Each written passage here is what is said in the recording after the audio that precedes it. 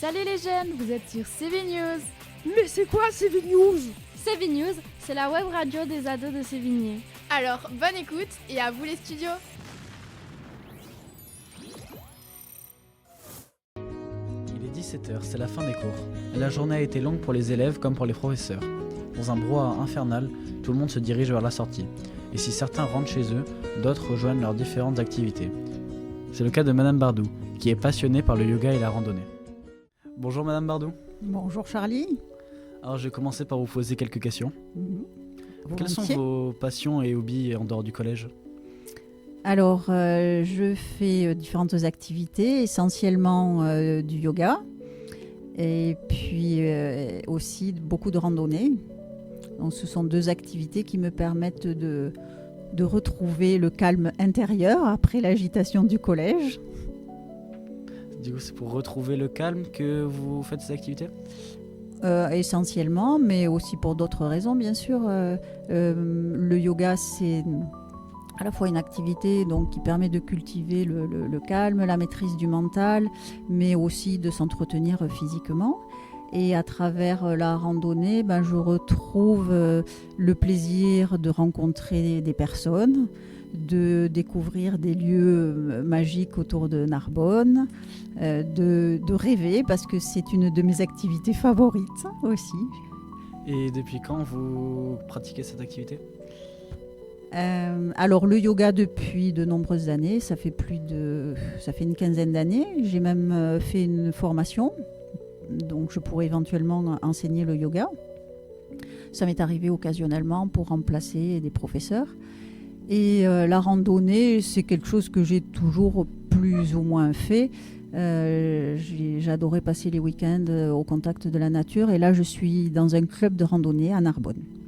Du coup, vous êtes dans Depuis un club. une dizaine d'années, pardon. Je n'ai pas répondu précisément à la question. Du coup, vous êtes dans un club. Vous avez parlé aussi de rencontrer des gens tout à l'heure. Mais est-ce que vous partagez cette activité avec quelqu'un du collège? Oui. Alors...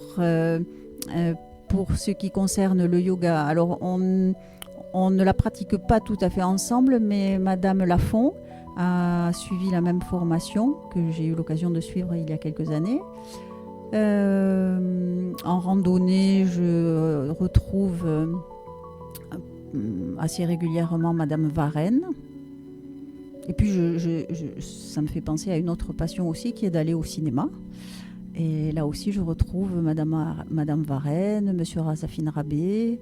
Les sorties nature, il m'est arrivé d'en faire régulièrement avec Madame Cazenave aussi.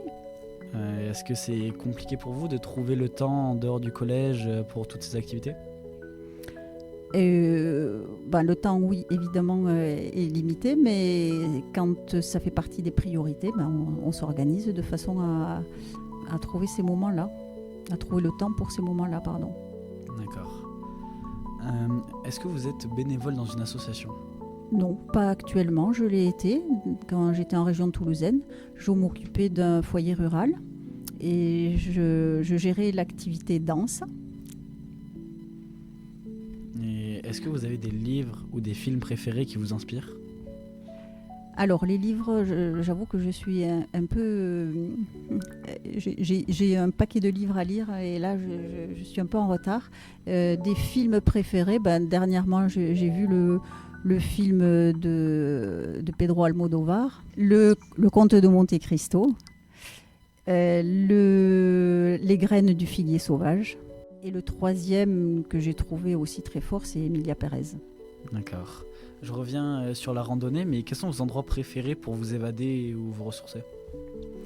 Alors le dimanche, essentiellement, je pars en randonnée.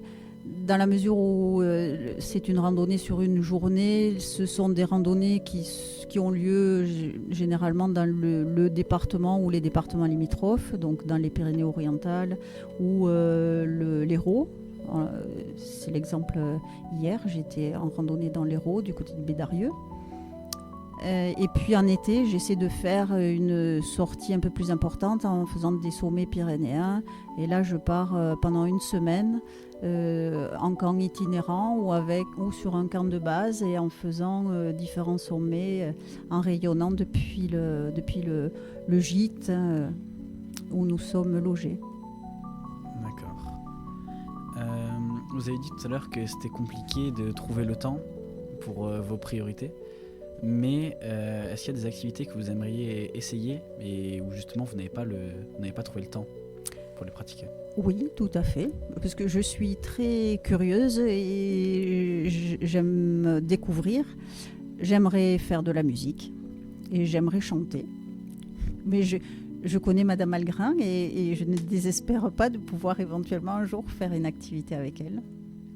Ou sinon, je trouverai peut-être au conservatoire quand j'aurai un peu plus de temps, ce qui devrait arriver aussi prochainement. Et est-ce qu'il y a des hobbies qui influencent votre approche d'enseignement?